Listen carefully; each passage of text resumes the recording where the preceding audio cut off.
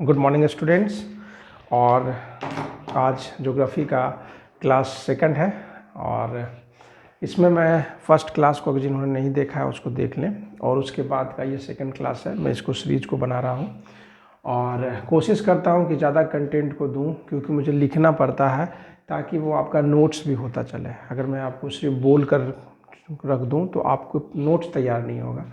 और अगर मैं पीडीएफ की बात करूं कि मैं पीडीएफ आपको भेज दिया करूं साथ में लिंक अप करके, तो उससे आपको कोई फ़ायदा होता नहीं है क्योंकि बहुत सारे टेलीग्राम और भी जगह पर पीडीएफ एक दिन में सैकड़ों आते रहते हैं, कई टीचर्स के और कई तरह के प्रोवाइड करते रहते हैं, है ना, कोचिंग्स।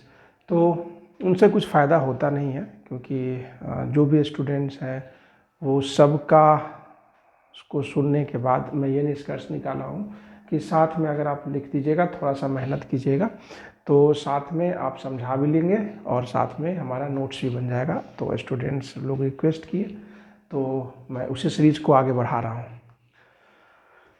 तो चलते हैं। आज का ज्योग्राफी है, ज्योग्राफी लेक्चर 2, जो यूपीएससी, बीपीएससी, एसएससी और रेलवे बेस्ड है। इसका मतलब जो यहाँ पे लिखा हुआ है सिर्फ वही कवर नहीं कर रहे हैं, और सब भी आप छोटे लेवल के भी अगर स्टूडेंट्स हैं तो आप इसे देखें क्योंकि आपका बहुत कुछ ज्ञान बढ़ेगा और आपके एग्ज़ाम में आते हैं। जैसे आप जिस भी लेवल में तैयारी कर रहे हों उस लेवल के कंपटीशन्स में क्वेश्चंस आते हैं। ठीक है, तो देखते हैं। अक्षांशीय विस्तार का प्रभाव, तो अक्षांश क्या होता है, देशांतर क्या हो, पिछले लेक्चर में हम पढ़ा चुके हैं, आप उसमें देखें। तो अब है कि अक्षांशीय विस्तार का प्रभाव क्या है। जैसे हमारे भारत में कर्क रेखा ट्रॉपिक ऑफ कैंसर होकर गुजरती है, हमारे भारत को लगभग 2 भागों में विभक्त करती है ट्रॉपिक ऑफ कैंसर। ठीक है, तो ट्रॉपिक ऑफ कैंसर हमारे भारत में 8 राज्यों से होकर गुजरती है। कितने राज्यों से होकर गुजरती है? तो 8 राज्यों से होकर गुजरती है। तो ये जो है ये 23.5 डिग्री उत्तरी अक्षांश, कल मैं बता चुका था उत्तरी अक्षांश, पूर्वी, है ना, देशांतर, ये सब बता चुका था। तो 23.5 डिग्री उत्तरी अक्षांश हमारे देश में लगभग मध्य से होकर गुजरती है, 8 राज्यों से होकर गुजरती है। तो कौन कौन सा राज्य है भाई? तो गुजरात, राजस्थान, मध्य प्रदेश, छत्तीसगढ़, झारखंड में कहाँ? तो उसकी राजधानी रांची से होकर गुजरती है, पश्चिम बंगाल, त्रिपुरा, मिजोरम। आपसे क्वेश्चन पूछा गया है तो इसीलिए मैं झारखंड की राजधानी रांची क्लियर वे में लिख दिया हूँ क्योंकि क्वेश्चन ऐसे आते हैं और आए हुए हैं। तो इन 8 राज्यों से होकर हम कर्क रेखा जो 23.5 डिग्री से होकर गुजरती है, और यही हमारा पृथ्वी भी है, वो भी हमारा जो झुकी हुई है ना, वो भी 23.5 डिग्री झुकी हुई है अपने अक्ष पर।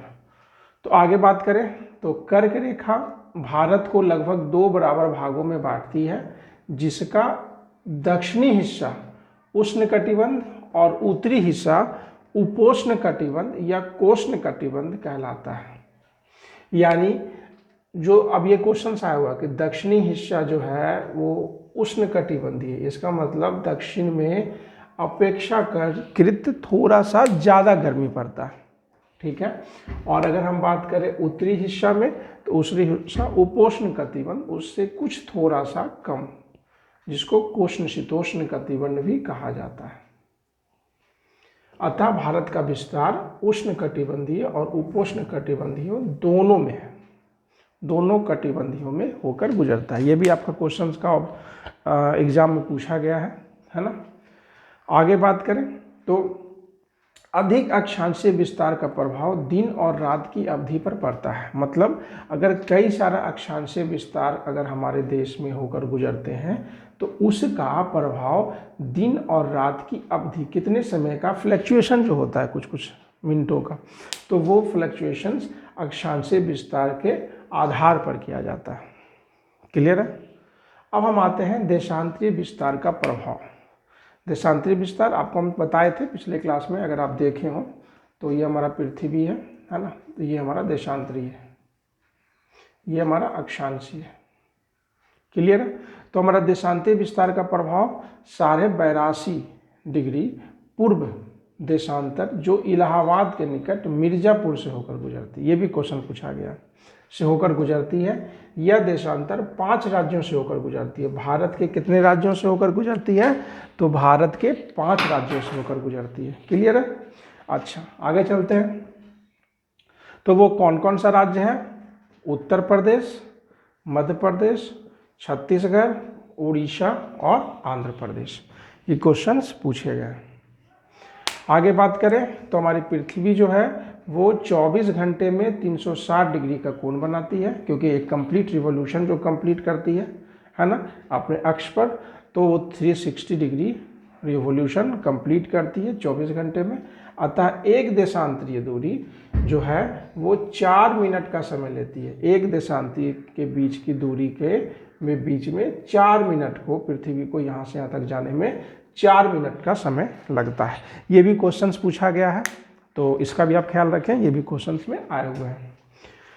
अगला, भारतीय मानक समय 82.5 डिग्री पूर्वी देशांतर, जिसको ग्रीनविच या मध्य समय, ग्रीनविच मध्य समय या ग्रीनविच मीन टाइम, इंग्लिश में इसको पढ़ते हैं Greenwich mean time, GMT, Greenwich mean time, जो 0 डिग्री देशांतर है। ये याद रखिएगा, ग्रीनविच मीन टाइम, जो यहाँ पे 0 डिग्री देशांतर, वहीं से शुरुआत होता है देशांतर का, जो 5 घंटा 30 मिनट हम लोग उससे आगे हैं। जो हम लोग से भारतीय मानक समय से 5 घंटा 30 मिनट वो आगे है।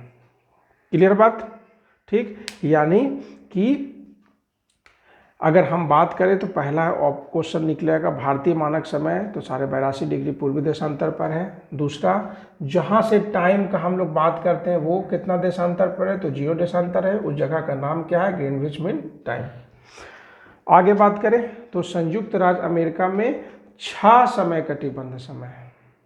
जो समय क्षेत्र कितना है? तो 6, मतलब वहाँ पे देश में 6 समय अलग अलग जगहों पर अलग अलग समय होता रहता है, लेकिन उसको फिर स्टैंडर्डाइज किया जाता है।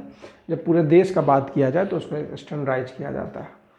तो कुछ हम आपको बोले थे कि कुछ क्वेश्चंस होंगे, कुछ क्वेश्चंस का मैं ऑब्जेक्टिव लेकर आऊँगा, तो मैं आपका ऑब्जेक्टिव लेकर आया हूँ। ठीक है, तो देखिए, भारत में विश्व की जनसंख्या का, ये ऑब्जेक्टिव है, भारत में विश्व की जनसंख्या का 17.5% निवास करती है। तो ये क्वेश्चंस में आएगा कि भारत जो है उसमें पूरी जनसंख्या जो है वर्ल्ड का, उसमें कितना प्रतिशत निवास करती है? तो 17.5% निवास करती है। दूसरा, भारत में विश्व का 2.4% भाग धरातल है, मतलब विश्व में अगर पूरा 100% है तो उसमें भारत जो है जो कितने भूभाग को छेका हुआ है? तो 2.4 पूरे वर्ल्ड वाइज में। तीसरा, भारत भूभाग का उत्तर से दक्षिण तक वास्तविक दूरी, मतलब जो भारत का नक्शा है वो उत्तर से लेकर दक्षिण तक, यहाँ से लेकर यहाँ तक की डिस्टेंस जो है वो क्या है?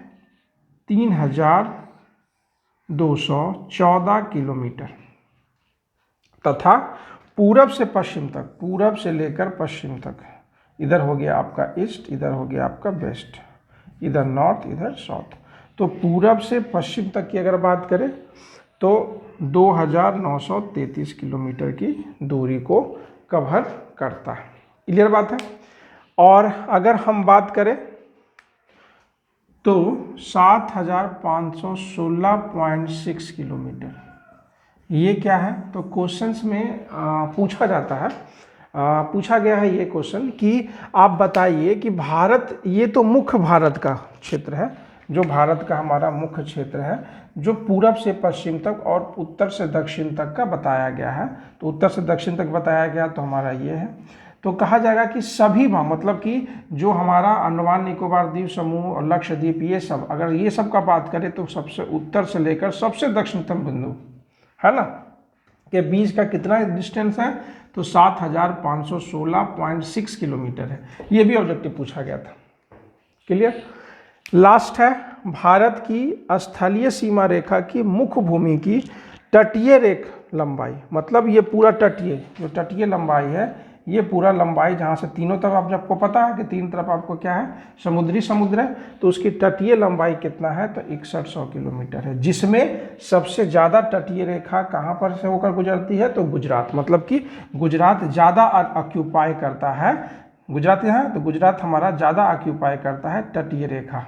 मतलब समुद्र के निकट में जो उसका तटीय क्षेत्र है वो सबसे ज़्यादा गुजरात में ऑक्यूपाई है।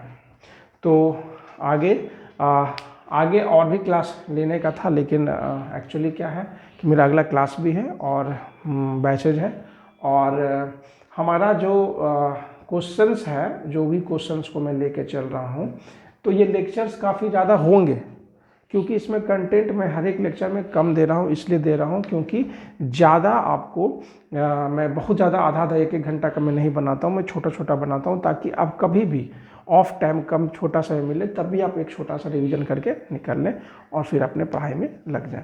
तो आप जो भी पढ़ाया जा रहा है उसका नोट्स बनाइए। आप वीडियो को पॉज कर लें शुरू में, और शुरू में देख करके उसका नोट्स बनाइए और साथ में तैयारी करता चलिए। जो एग्ज़ाम में किसी तरीके से एग्ज़ाम में आया हुआ है, और साथ में मैं कुछ ऑब्जेक्टिव्स को भी इस तरीके से लेकर चलता रहूँगा। आशा करता हूँ कि आप लोग अपनी पढ़ाई शुरू कर दिए होंगे। धन्यवाद।